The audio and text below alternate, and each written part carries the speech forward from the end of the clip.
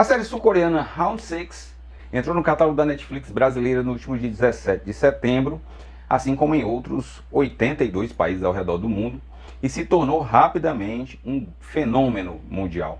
Ela lidera aí o ranking de atrações mais vistas da Netflix brasileira e repete esse feito em pelo menos 76 países, segundo o agregador Rotten Tomatoes.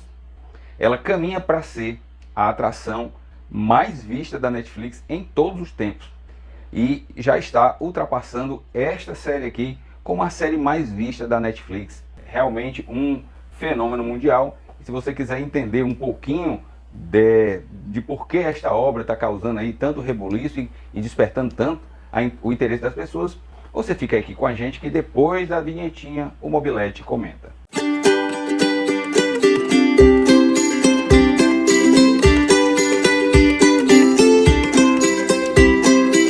Na trama, acompanhamos aí o desenrolar de um jogo em que os competidores disputam por um prêmio bilionário e que o preço, caso eles saiam derrotados, é a própria vida, ou seja, é literalmente um jogo de vida e morte. E os competidores que são recrutados para essa competição bizarra, organizada por pessoas que estão com as suas identidades ocultas através de máscaras misteriosas, são pessoas que vivem profundos problemas financeiros. E é nesta circunstância que nós acompanhamos aí a saga do protagonista, que é esse cidadão aqui. Não vou pronunciar o nome dele porque o meu coreano está um pouco enferrujado. Mas ele tem uma dívida enorme com agiotas que estão inclusive ameaçando, já estão agredindo ele. Ele é um sujeito que está em grande dificuldade financeira desde que foi demitido de uma fábrica após um piquete do qual ele tomou parte. Ele está aí vivendo na dependência de uma mãe doente, com diabetes, e ele realmente não consegue se colocar no mundo. E esse desastre na sua vida levou o seu casamento à ruína e ele está atualmente separado da própria filha. Então, a grande motivação do nosso protagonista é tentar recuperar a sua dignidade, ajudar a própria mãe e conseguir estar próximo de sua filha. A minissérie se desenvolve em 9 episódios que gravitam ali entre meia hora e uma hora cada um. E ela vai se abeberar aí de outras obras que têm uma pegada semelhante, né? Jogos Vorazes, Jogos Mortais.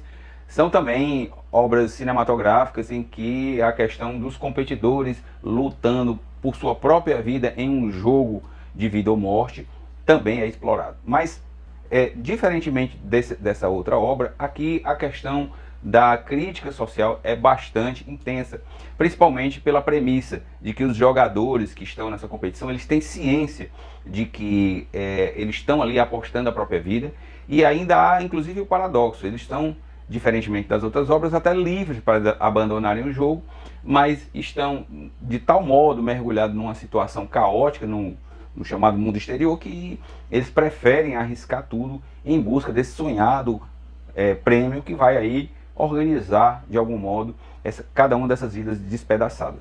E encontramos então nessa epopeia outros personagens que igualmente são relevantes para o desfecho da trama.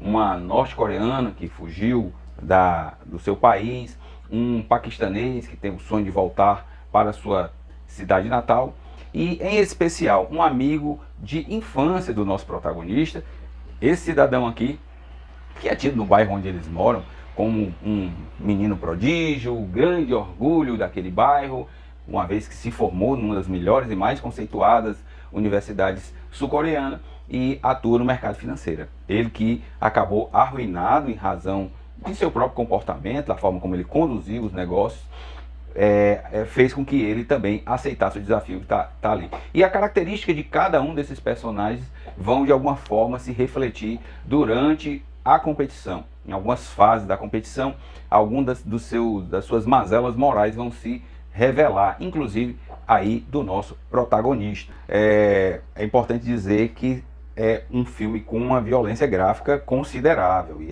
essa violência vai aumentando de gradação a cada novo nível, né? O jogo se desenvolve em 6 níveis e o jogo todo é baseado em brincadeiras infantis. São brincadeiras que os protagonistas aí brincavam, né, na sua infância. Aliás, os uniformes dos competidores, né, lembram os uniformes ginasiais da Coreia do Sul. E algumas dessas brincadeiras são brincadeiras conhecidas ao redor do mundo todo, inclusive aqui no Brasil.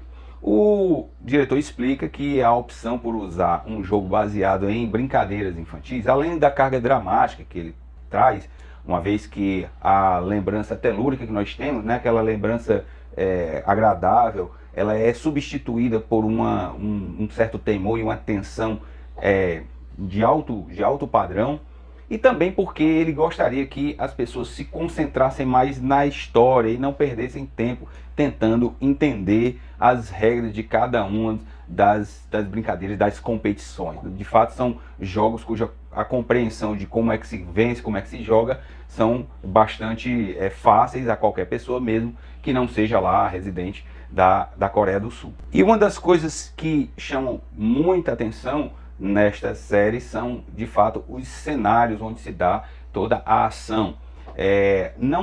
O diretor optou por não usar recursos de computação gráfica, nem preenchimento digital, nem mesmo quanto aos competidores, né? A quantidade de pessoas que você vê em cena são todas pessoas reais, não são construções feitas digitalmente. Também os cenários grandiosos, foram todos construídos de fato. São cenários que chamam a atenção por suas cores extremamente fortes, cores estas que começam nos próprios uniformes dos participantes, né?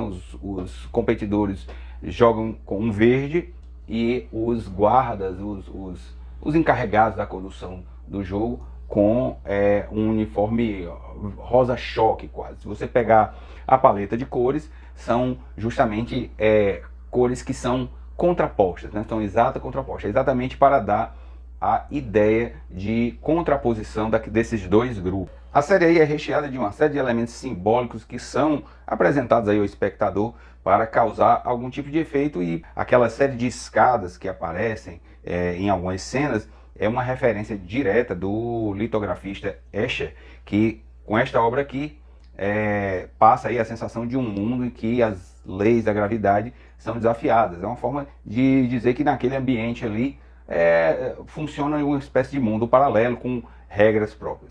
Os soldados, os condutores ali dos jogos também usam uma espécie de máscara com alguns desenhos geométricos. Esses desenhos geométricos tanto são referências aos botões dos joystick de games, como também essas três figuras aí, o círculo, o triângulo e o quadrado, são referências a letras do alfabeto sul-coreano, que quando juntas, seriam aí uma espécie de sigla, o reducionismo de um dos jogos mais importantes da competição, que é o jogo da Lula. É um dos jogos mais diferentes para nós. O criador e roteirista e diretor dessa série, que é esse cidadão aqui, ele começou a escrever o roteiro ali em 2008 e deixou esse roteiro pronto aí em 2009.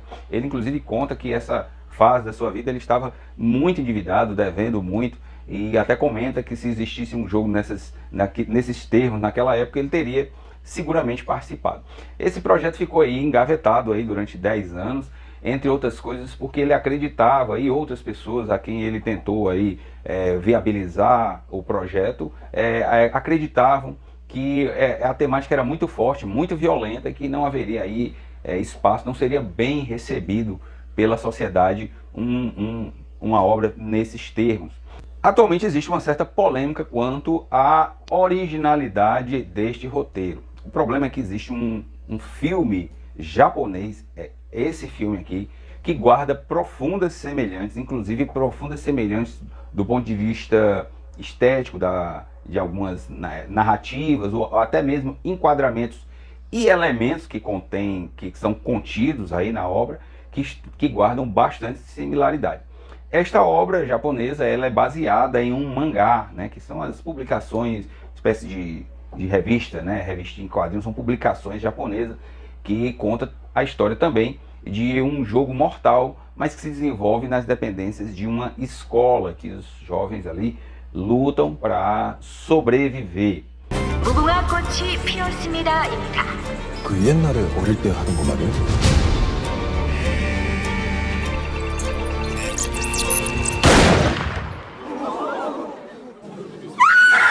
Então, se você ainda é um dos que não assistiu Round 6, né?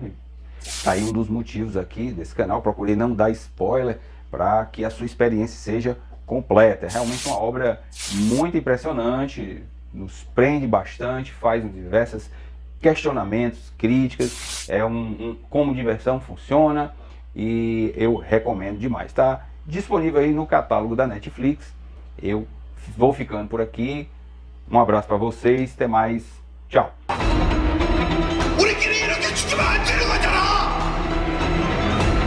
게임을 거부하는 참가자는 탈락 후 처리된다.